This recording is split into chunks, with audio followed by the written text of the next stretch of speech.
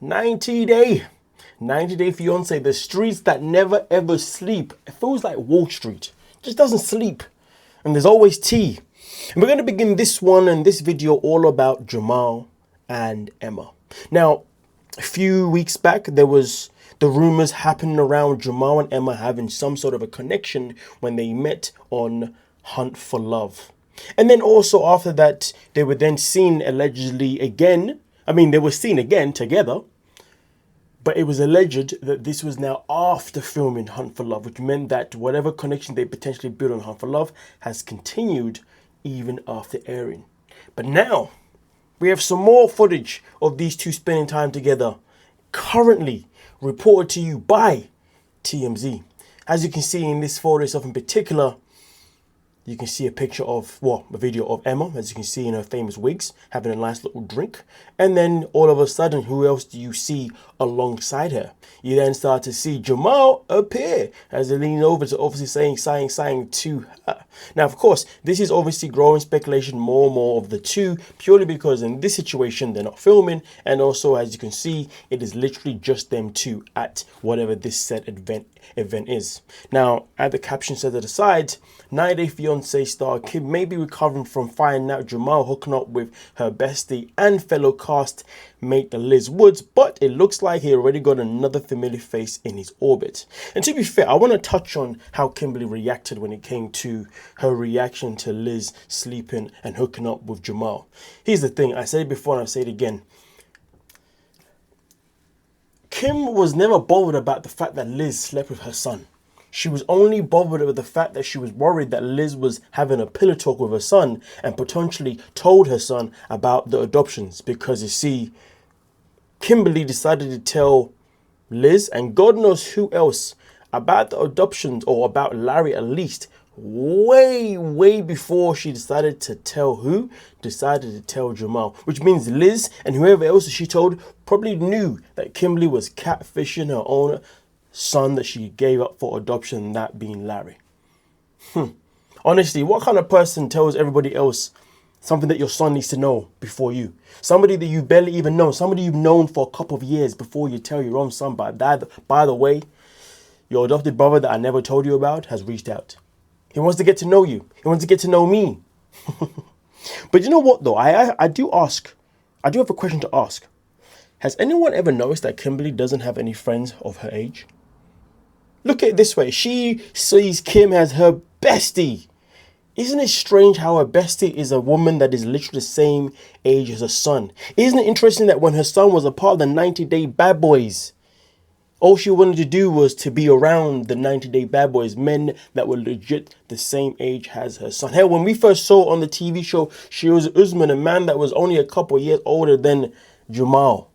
Then we also know there was a time when she even ran all the way to a prison or whatever it was, police station, to marry a boy that was literally around the ages of 18, 19 or something like that, while she was in her 30s or 40s or whatever. Isn't it strange how we haven't actually paid attention to the detail that Kimberly has this thing where she needs to be around younger people around her own son's freaking age.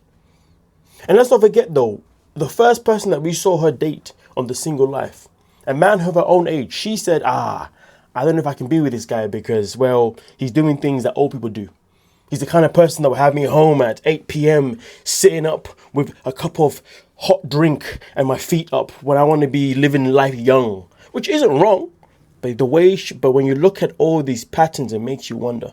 To be honest with you, I'm surprised that her and Wayne are still working. But hey, I guess we'll see if that has an expiry date anytime soon. Because clearly, when it comes to Kimberly being around people her own age, is something that clearly she doesn't like. In my opinion, I think that mentally, Kimberly is still got the mental mind of a woman in her early 20s. And she has never, ever matured since that barrier ever since. And that's why she likes the comfort of being around people in their 20s, maybe even early 30s. Either way, though, do you think that something serious is actually happening right now with Emma and Jamal? Do you think they are actually an item? Give me your thoughts on that one. And also, do you think it's strange with all the patterns that I've just shown you that Kimberly always seems to want to be friends with people younger than her to the point that they are the same age as her son? And also, do you think it's very, very strange that she would be more worried about Liz telling her son about the adoptions, about Larry, more than the fact that, and use the fact that she slept and use the fact that Liz slept with her son as an excuse to just see the situation.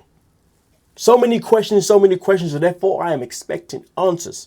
So let me know, you lovely pepper. Now we're going to move on to something else.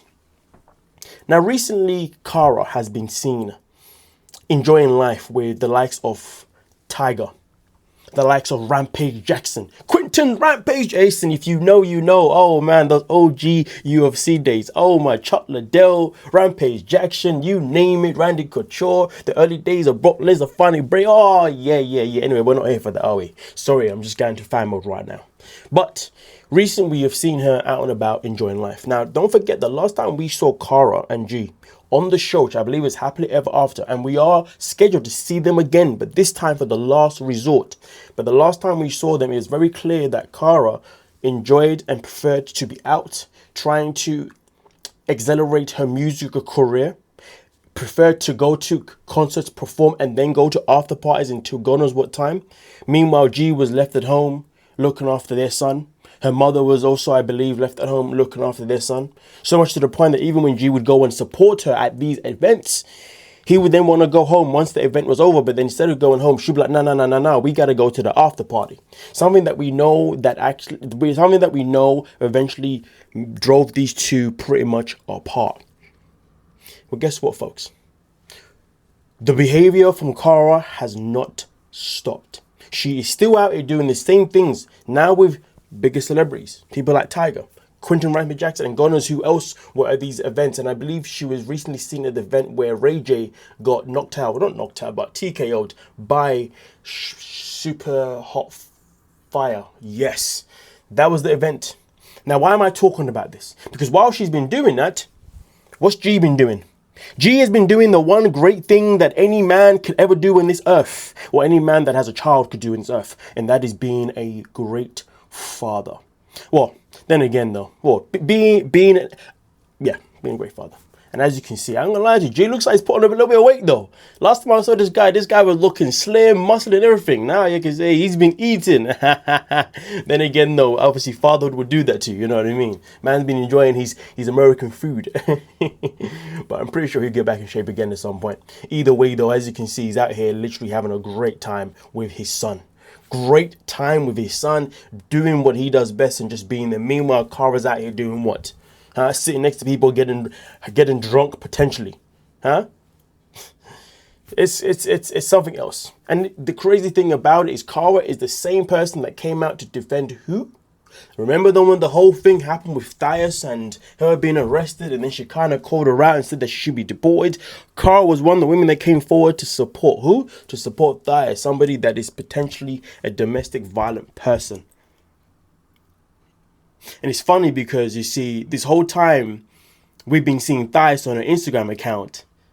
All she's been doing is posting pictures of herself having a good time, going to this place and that place and that place, having a good time. And who's been left at home being a father? Oh yeah, Patrick. Which is why Patrick wants sole custody of his child now. Throughout, he wants a divorce and sole custody.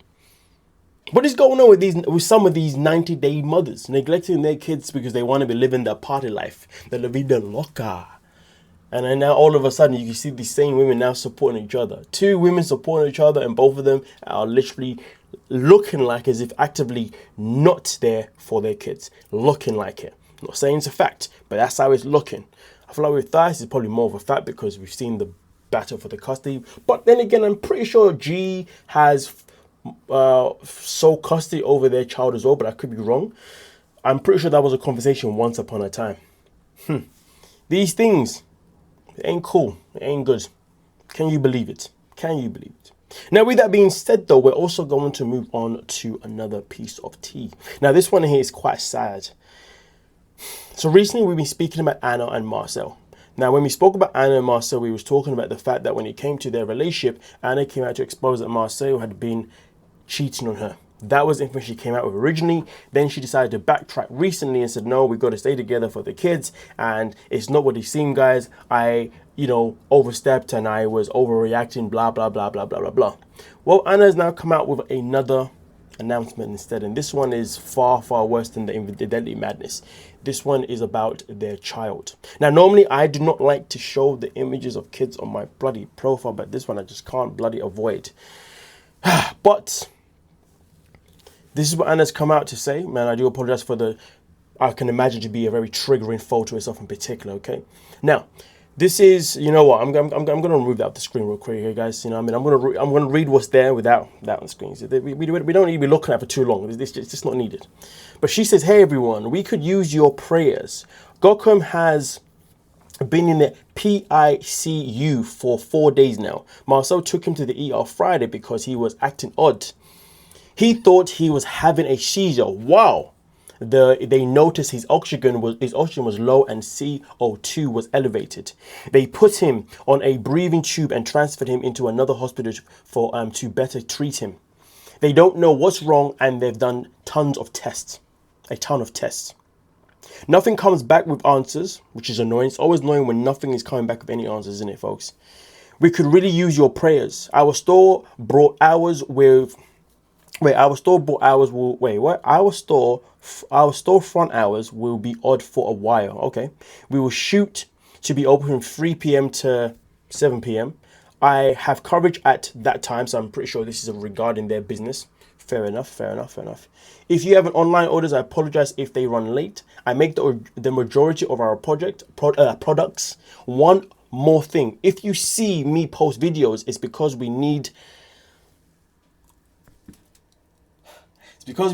the money for our mortgage and hospital bills, and not because I don't care about my son or whatever weird thing may come to your mind. Please do not leave rude comments. If you see me posting collab videos, I can afford my mortgage and bills. If I'm in a hospital with my son, it's a way to make money and not leave my son's side. Okay, cool, I get it. So she's going to make videos that's going to bring profit to those videos, but she's not necessarily going to create a GoFundMe like everyone else does.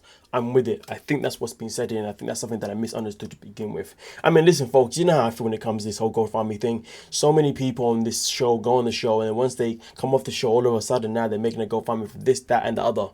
And it's just... And I get it. In a situation like this, we can't. It's better for us to sympathize, to show empathy. And I can show empathy. I can have the prayers, and I can hope for the freaking best. But there are so many people in this world that go through the same bloody thing, and they don't even try and help and do a GoFundMe. They will find a way to earn the money themselves. Okay, listen, I'm old school, folks. I'm old school. Okay, I just believe in working hard. Well, no, I'm working smart. Not hard, working smart. But either way, though, I really do truly hope that things can improve with their son. Okay, and I hope that these videos that she's going to use to create revenue towards her page, I really hope that they do create revenue that she needs for her stuff, and I really hope that her business doesn't take a big downfall from this, because of course, when you are unable to be at your store from the hours you're usually at, you can lose business. And also on top of that, if you are unable to deliver people's items on time to people that obviously order online, that can also be a hindrance on the business too. So I can fully understand. But at the same time, though, there are 2 people in that household. So to be fair, it's not like she's the only one that works. He works too. So they should be able to work as a team, even to opening the store, as well as also making sure orders are on time. And also she's got an older son as well, which I'm pretty sure that can also help her in this situation. In fact, she's got 2 sons prior to Marcel, and I'm pretty sure one of them is now old enough to obviously help with the store, or probably is old enough now where he may have a job. But either way, though, helping with the store and helping with the online orders shouldn't really come as much of a delay, to be honest with you, because there's people around her that can help in this scenario. So I do find that statement rather odd. And I can only pick at it because she's from 90 Day Fiance. And when it comes to 90 Day Fiance, these people be saying a whole bunch of things just to get a little bit of a GoFundMe. But either way, though, I hope that she doesn't go down that route. And but then again, at the same time, though, if that's the route that she has to go down, well, then that's the route she has to go down. And if people want to help her, then hey, happily help her if you want to. Do you know what I mean? But with that being said, we're now going to move on to another piece of information here. Now, this one is quite interesting because you see, folks. Oh boy, I'm pretty sure they're both for Hunt for Love. Yes, they are both from Hunt for Love, and this is why these two seem to appear together. But Emma and Jamal are not the only two who have now found a romance from Hunt for Love. Seems to me that not a popular 90 Day Fiance cast member, but a popular hated 90 Day cast member who also came back for Hunt for Love, who had not been on 90 Day for a long time. So much that when he came back for it, people were asking TLC to remove him because they just can't stand the disgustingness of this person. But Steven is the man that people do not want to be on the show. No, well, look at what we've got over here. Looks like Steven and Chloe look like as if they may have gotten quite close on the show. Did Chloe make Hunt for Love cut along with Steven? Now, this is the question. There's no confirmation because this is merely nothing but just a photo of the two together. It may not mean a single goddamn thing, but there is the potential of saying that maybe these two, are in a position where maybe they have kindled. But to be fair though, I find this comment hilarious. They kind of look alike. You know what? There's a lot of people in this world that do date people, marry people, have kids with people they actually do look like though. A lot of people don't recognize that, but there's so many people, especially, I'm just saying, look at some people that you know. You're like, don't you, what the hell is going on here? So yeah. Either way though, do you think that this is a relationship that may potentially be happening, or do you think it's just two people who decide to take a picture together because, well, why not? Give me your thoughts on that one itself in particular. Now we're going to move on to the last piece of tea itself, and this one here is going all the way back to Thias and Shekinah. Now Thias decided to really get interested in the DMs, I believe the DMs of 90 Day Fiance Update. And as you can see here, these are the screenshots of their conversation, where Thias comes in straight off the bat by saying she's a liar and absolutely nobody is on her side. Just because nobody is on her side, it doesn't mean that she's a liar. Just to let you know what I mean. It just means that people just don't like her, and people just want to, and people like you. That's what it means. Either way though, not even the show supports her. Can't wait to sue her ass. So now, as you can hear, as you saw, apparently Thias is planning on suing Shekinah. But suing her for what? As you can see, what did she lie about? I'm just asking. She was defending herself against people calling her racist. Let me know if you have a statement and I'll post. And as you can see here, continued by saying, babe, she was a racist on national television. Everyone saw it. The Last Resort previews. And this is the question. Where was she racist on the TV show? Let us know. It is still coming. You will see it. So apparently on the upcoming season of The Last Resort, we are going to see some form of racism from Shekinah. Interesting. Continues here by saying she is seizing this opportunity to use it to her advantage because she saw that I am vulnerable. She knows perfectly well that she is racist. I don't know why she is defending Patrick when he doesn't even like her. LOL. I literally defended him against her attacks. That's why we fought. Plus, she was being petty with me. She was racist towards me without a second thought. Interesting though, she says that the reason why her and Patrick got into a fight or whatever is because of Shekinah. Interesting. Interesting. Either way though, you're still not telling us know what she actually said that's racist though. That's what I want to know. So far, we haven't been told what she's lied about. Nor have we been told about what she's been racist about. And obviously, as you can see right now, Shekinah also says, love how she called me a liar, but couldn't name one thing I lied about. Seems to me as if Thias is hella angry right now, and she's just saying anything that she wants to say for the sake of saying it. And then this one obviously just gives us a backstory, obviously the things that we've seen so far. But either way though, let's just go back to this comment here. She is seizing this opportunity to use it to her advantage. What advantage is she trying to seize? That's what I want to know. Because she saw that I am vulnerable. Okay. She knows perfectly well that she is a racist. Okay, but how? I don't know why she's defending Patrick, but here's the thing though, she never actually defended Patrick. All she said is that you're violent and you should be deported. Nothing to do with necessarily directly defending Patrick. She's just saying that because you're a violent person, you just shouldn't be here. Simple as that. But okay. When he doesn't even like, anyway, I literally defended him against her attacks. That's why we fought. The question is she referring to this is why we fought on the show? And when I say the show, that show being The Last Resort, or is she saying this is why we fought, like maybe even behind closed doors? Is this why she ended up getting violent towards him? That is the question. But I guess we'll find out when the show comes out. I reckon it's probably based on why they fought on the show. Plus, she was being petty with me, but everything you're doing right now is hella petty too. She was a racist towards me without a second thought. A second thought. I'm pretty sure if she was racist, which she wasn't anyway, it wouldn't be with a second thought. Clearly, something that you've done to her. Either way, though, more DMs from Thias says, no one likes Shekinah, da, da, da. I mean, listen, end of the day, just because nobody likes Shekinah, nobody was on her side from those situations, it doesn't mean that she's a liar, nor does it mean that she's a racist. It just means that there's a whole bunch of women who just don't like her, and therefore they just want to go after her. That's what it really means.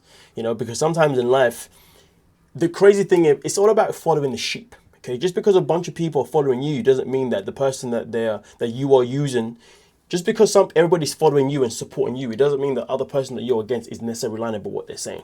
And sometimes in life, a lot of the times, people don't see the other person's point of view or what the other person's saying purely because the other person's got followers. So therefore, the person got followers, because they got followers, they become more of an influence. And because they're more of an influence, it means that they're telling the truth and the other person's telling a lie, which is quite bad. It's the same with social media. You go to a page that has, let's say you go to a page, for example, that's got like 500,000 subscribers or maybe even 1 million subscribers, right? Then you go to a page that's maybe got like 10K subscribers or 20K or 50K subscribers, right? Or whatever, right? People are going to be like, well, I'm going to trust the one that's got tons of subscribers because they're more probably telling the truth than the person that's got less subscribers, which isn't necessarily the truth. It isn't necessarily the case. It's just that the other person's got more influence and more people on their side to defend them. It's the same as somebody going to a court case and they've got like 3 or 4 lawyers because they're rich as hell. You know what I mean? And then they use those lawyers to get them out of a situation that they are guilty of. And then the other person looks guilty more because that person has like one lawyer or even a lawyer that they couldn't even pay for. That was just given to them. You know what I mean? So yeah, and this isn't me defending Shekinah. This is just me saying that what Thias is saying is stupid as hell. You can't say that somebody's lying just because nobody's on their side.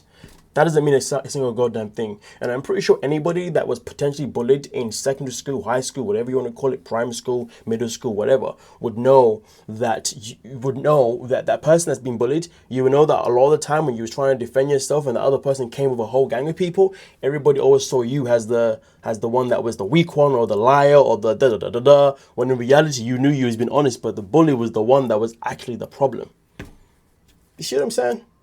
So many similarities, so many similes there. Is it similes? Well, I don't know. Either way though, give me your thoughts down below on the matter itself in particular and we can most certainly talk about it. But so much has been going on in the 90-day fiance world. And I tell you this now, folks, this is not the end. We got so much more coming out again tomorrow.